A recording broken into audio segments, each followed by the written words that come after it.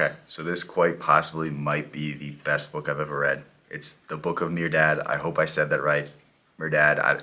I really don't know how to say it, but I don't think that should take away from just how much I enjoyed this book because it it's very hard for me to explain. It's very hard for me to even go into depths about what this book is about, but I'm going to give you a few reasons why I liked it and a few reasons why you should pick it up because honestly, it's the best book I've read in maybe ever.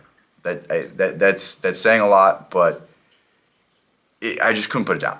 And it was one of those books where I read, I had to sit back, I had to process it, and I had to go back because rarely are the words so intricate that I have to break it down in the second way I interpret it. Rarely do I have to go back and be like, okay, what is actually being said here? Like, there's something else here. This is a deeper level. And then I started thinking about it in not just the physical way. I started thinking about it in the metaphysical way, in the spiritual way, in whatever context I can think it of. And I'm like, this is so deep. This is so insightful. And I took a picture of a quote today from this book, and I'll post it.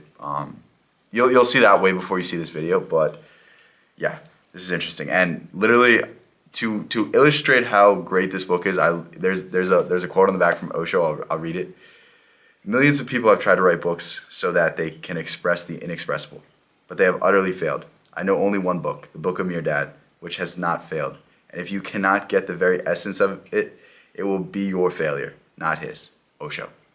That's some powerful words from one of my favorite people himself, Osho. And it's just the entire point of the book is this guy sets out on this journey, and a few things happen to him. I'm not going to spoil all of the major points. I'm just going to give you the overall narrative structure of it so that you can kind of get a grasp of what you're getting into. But this guy goes out for a journey, and he goes to visit the Ark, which was the supposed settlement. It's a work of fiction, so like don't take any historical, oh, this isn't true, this isn't realistic, this is complete nonsense. Like it's fiction, okay? I know I don't normally read fiction, but get that through your head before you get angry.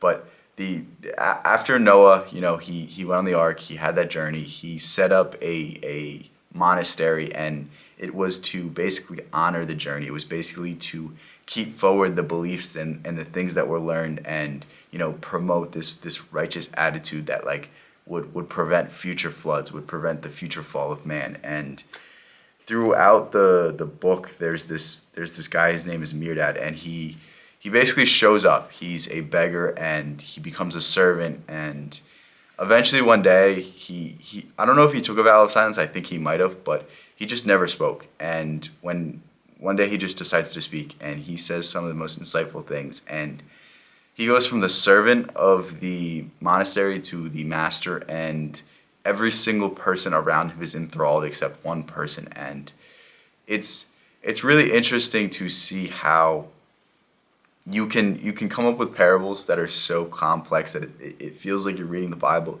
It feels like you're reading some holy book, but it's just this guy's. I forgot to mention the author, Mikhail Naimi.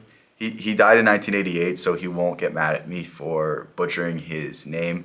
But yeah, I can't say enough good things about this book. Like the structure's so interesting. It's so insightful. There's so many words in it that really get you thinking, and it's rare to say that about a book. It's rare to say that about a work of fiction. Like there's The Alchemist, which definitely makes you think a little bit, but The Alchemist is a book meant for everybody to enjoy, and it's not saying that it's surface level. It is very deep, but at the same time, it's not allegorical, and it's not as philosophical as the Book of Mirdad. And I really want you to, when you read this book, like think about it from every perspective you can. Like think about it from the spiritual, think about it from the material, think about it from the eyes of your worst enemy, think about it from your mother, your friends. Like the words speak true no matter who you are. The words have meaning. The words have depth no matter what stage of life you're in. And it's so artfully and masterfully put that like I'm literally like I'm not saying I was brought to tears, but I was feeling emotional while reading this. I'm like, I stumbled upon something great here, and it's just I can't say enough good things about this book. This if you're gonna read one book I suggest, it's probably this one.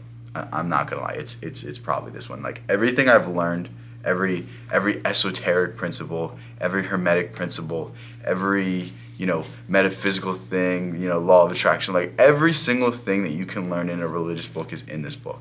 It's all applied, and it's deep yet shallow. It's precise, but it's philosophical, and it's just like I don't know how else to describe it. It's just, yeah, you just got to pick this one up for yourself. I can't. I'm at a loss for words right now, so hopefully I inspired you to pick this up. But this book is it's so good. It's literally so good, and I'll leave a link in the description of this book. Thank you so much for making this far. I will catch you in the next one. Peace out.